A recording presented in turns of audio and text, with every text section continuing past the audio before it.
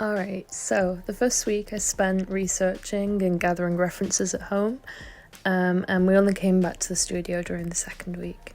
So this is me just consolidating what I had already written and looked at home, and beginning some design work. Other than that, week one was just readjusting to having studio time again instead of being in a lockdown. And yeah. This first portion of work was just trying to get a Power Ranger type design ready, and as you can see here, I went through many iterations before settling.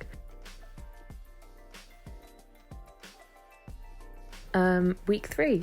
So this is where I started cutting my pieces and getting everything sewn together, though I didn't actually finish these costumes, well, this costume until much later. I found that the pieces I cut were too small in the end, but this was due to tracing around a stretch dress instead of a firm cut dress when I was making the pattern for this, which is a shame, but to be honest, I still managed to find a model for it.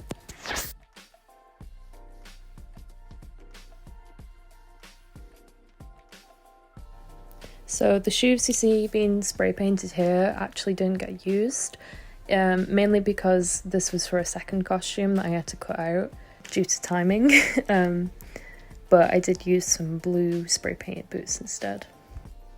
Similar story here, a couple of these prints were actually for a second and third costume that didn't end up getting made. I did end up using one of these prints on the back of the final cape for the hero costume, which means it was worth it, you know. So here I'm cutting the foam for a sword. This process was quite time consuming. I spent a lot of time just trying to trim the foam and glue without the glue like melting through. I should have done some more reading online. I know you can cut foam with like hot knives or like power tools, but regardless, I think this turned out pretty good. It's not as big as I originally wanted, but I feel like in the end, like, the size was pretty well balanced with the costume. So at the first part of the Easter break, I actually went to do some location scouting for the shoot. I went to Ainsdale and Formby, just looking around. And this part is actually me visiting Cornwall, mainly to visit like a uni I was looking at, but it was also a nice research trip. So at this point in the project, I was suffering some major burnout. The shoot didn't really go through, and there was some complications with like costumes and stuff, so I ended up having to like rethink a lot of stuff.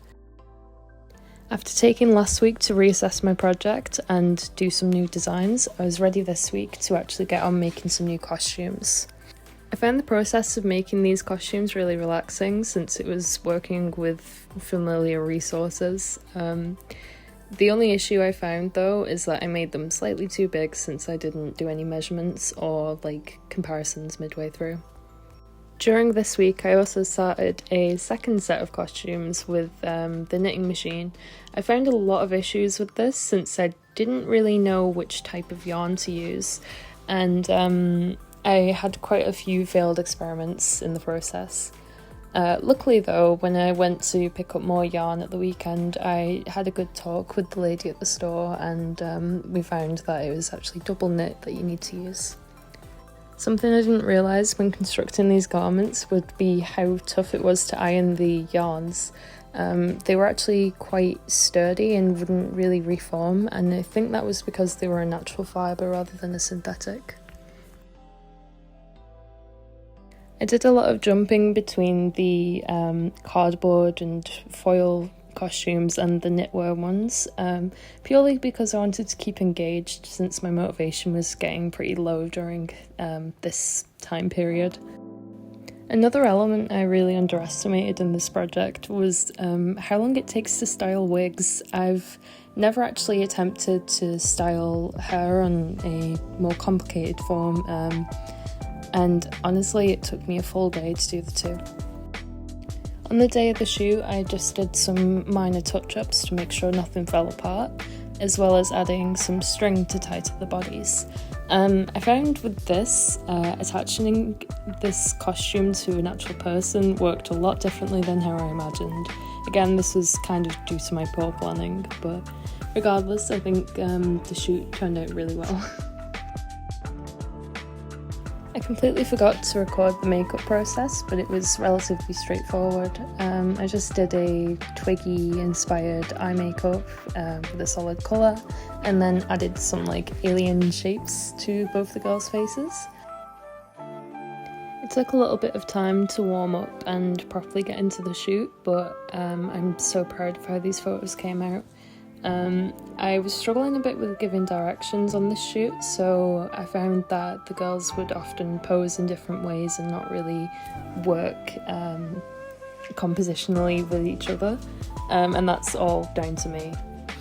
Despite this, the photos came out with the vibe I wanted, so I can't really complain. Week 8 meant more time on the knitting machine. I had decided last week with the same two models that we were going to be filming on the following Wednesday. So yeah, I had to try and get everything ready. Again, the ironing portion of all this was extremely time consuming. It took about an hour to do the pieces you're currently seeing. I hadn't well planned my time, as this was the day of the shoot and I was still trying to assemble parts of the top together. The dress was fully together and sewn with a zip and everything, but this top I hadn't allocated enough time. I think the majority of that was just not crocheting enough of the squares at home, and I found that in the last day in the studio I was doing a lot of work that could have been done at home.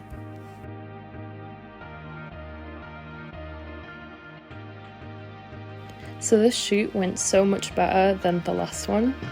Both girls had warmed up a lot quicker and we spent a lot longer in the studio.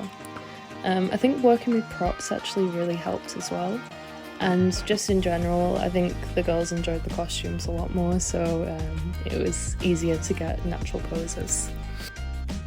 I'd say that I gave a lot more directions on this shoot than the last, but still there was times when my instructions weren't very clear and we struggled a little bit. On the whole though, these photos feel really fun and I'm really proud of the outcome of these. So Thursday morning I had drawn up some designs for a 70s jumpsuit. I had got this fabric at the weekend when I was buying some yarns for the last costumes, and since I was running quite low on time I was like, I need to make this now and get it over with. I'd say this costume was actually one of the easiest I've made during this project. I made a pattern by pinning dot and cross paper to a mannequin and just got on with sewing everything together with the overlocker. I'm not the best at clean sewing, as I've found with past projects, but I'm quite proud of how this came together. Here was the first try on with the model, and I had started pinning the sleeves and the leg panels just to get the right length for her. It was somewhat far off on the legs, but not too far off on the arms, which was good. Just before I left on the Friday, I did a quick video of my space and how it was looking so far. I noticed it was quite nice to keep track of that during the project. This shoot was definitely my longest in studio. I really enjoyed it, and working with the projector was a different type of challenge, but I think they came out really well. We also had to do a costume change midway through to do the alien portion. And these photos I think I love even more. One mistake I made during sewing was actually sewing one of the leg panels upside down with the pattern. So the pattern doesn't look quite right on one of the legs, but you only really catch it if you look closely. When I was sewing this costume together, I didn't know whether or not to pattern match, so I only did it at the front and back seams. I don't think it's too noticeable in the shoot, looking back at the photos though. Adding props made this shoot a lot easier, and honestly I'm so proud of how these came out. I definitely kept on top of giving directions during this shoot, and playing some music actually really helped with motion. So I'd actually only went on this trip over the weekend, but I put it here because I was using it for references. Whilst I was designing the alien monsters, I found that these videos and photos came in handy. I was looking to make them feel animalistic in nature, but also referencing some alien designs and even some dinosaur designs I'd seen online. So here we see the final dress. I wanted it to be a relatively basic mod dress, but I found I had a lot of issues with constructing it. Here I began work on the monsters, and again I was working with foam. So I thought it was time to head to the workshop and start using some metal frames. This process I did mostly on my own. I did get some help from one of the ARC technicians. It's quite difficult when you start getting a lot of pieces together.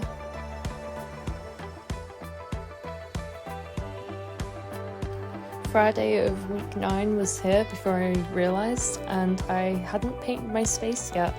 I decided to come in some scruffier clothes to finish my work in the workshop and get my space recovered with paint.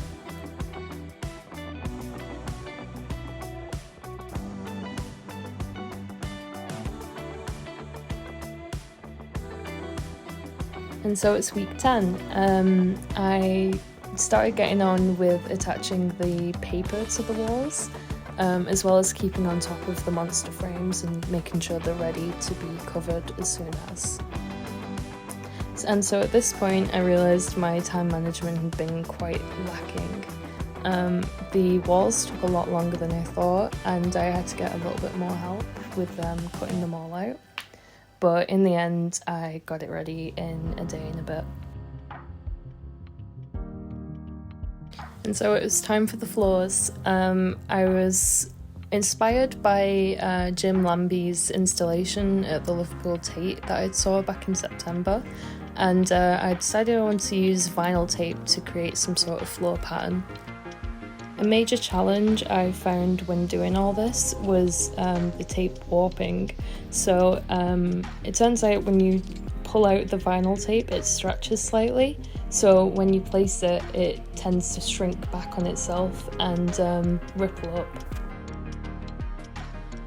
I went back in on the walls a little bit just to add these eyes, and genuinely the eyelashes in all of the vinyl tape on the floor and walls was the least enjoyable part of this whole project for me.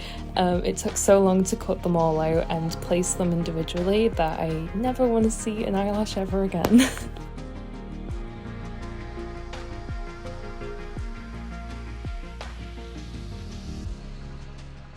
And so all of this brings us to Friday, the last day in studio before the break. And honestly, I was very stressed. Covering the frames took both longer than I thought and less time than I thought, weirdly. I expected them to take a couple of days, but I managed to get most of it done in the day, but also it took way longer when I got into it. For some reason, this first turtle-looking monster thing took absolutely no time at all, and the other ones took 4 times the time. I had to hang this one up when working on it since it was such an awkward shape and size, and then working on this one I had to get on the floor. I'm proud of how these 3 turned out, but I would have liked to have added more detail like in my references.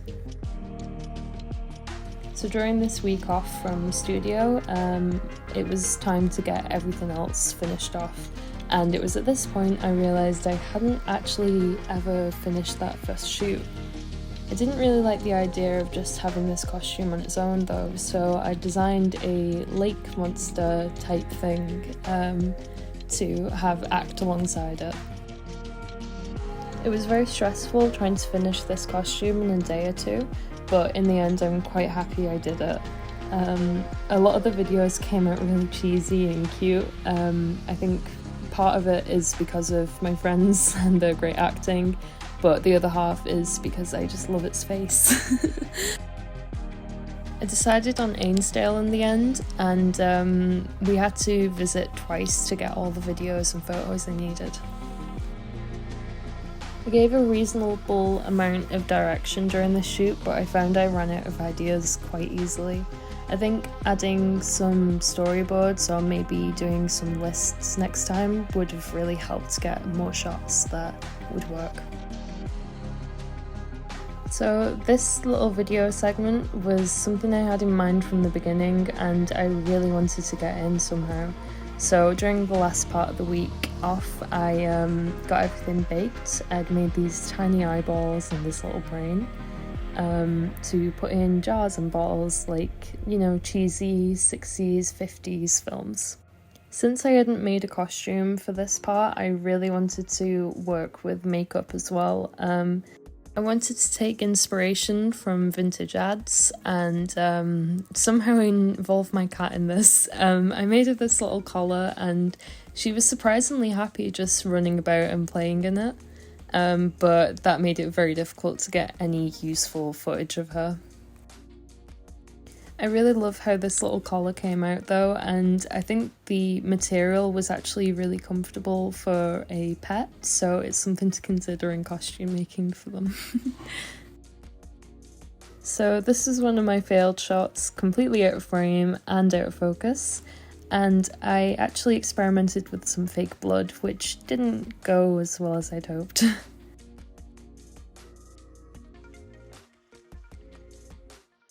And finally, the last couple days in studio. At this point, most people are just trying to get documents done, and I should have been doing that, but I decided I really wanted to add into this dress. I hadn't really touched it since that first day of making it, and I had the idea of adding embellishments for it to fit in with the space. Going back into this dress turned out to be a really good idea, since these photos and videos are some of my favourite that I've took during the entire project. I added details to the dress to match with the monster's horns and the colour scheme, as well as the flowers on the wall, but given more time I would have loved to add more textural elements into the dress and monsters. And so that's everything. There's a bit of a blank space on the wall for a projection of my video project, and potentially even this video, I'm not too sure yet. But yeah, so these are a collection of photos and the final space. I've got to say I'm really proud of all my work during this project, even if not everything turned out. There's a lot of abandoned ideas and concepts that I just didn't have time to work into to a good quality. But the work I have produced is some work I'm going to be proud of for a while. I just want to say a big thank you to everyone who modelled for me, as well as the staff and peers and family who have supported me and encouraged me to keep working hard. I'm very excited to get to uni next year and get started in the world of animation. And I'd like to just say thank you for watching. I'm going to be uploading some reels of the project, so you can just get little snippets of the final video and the process.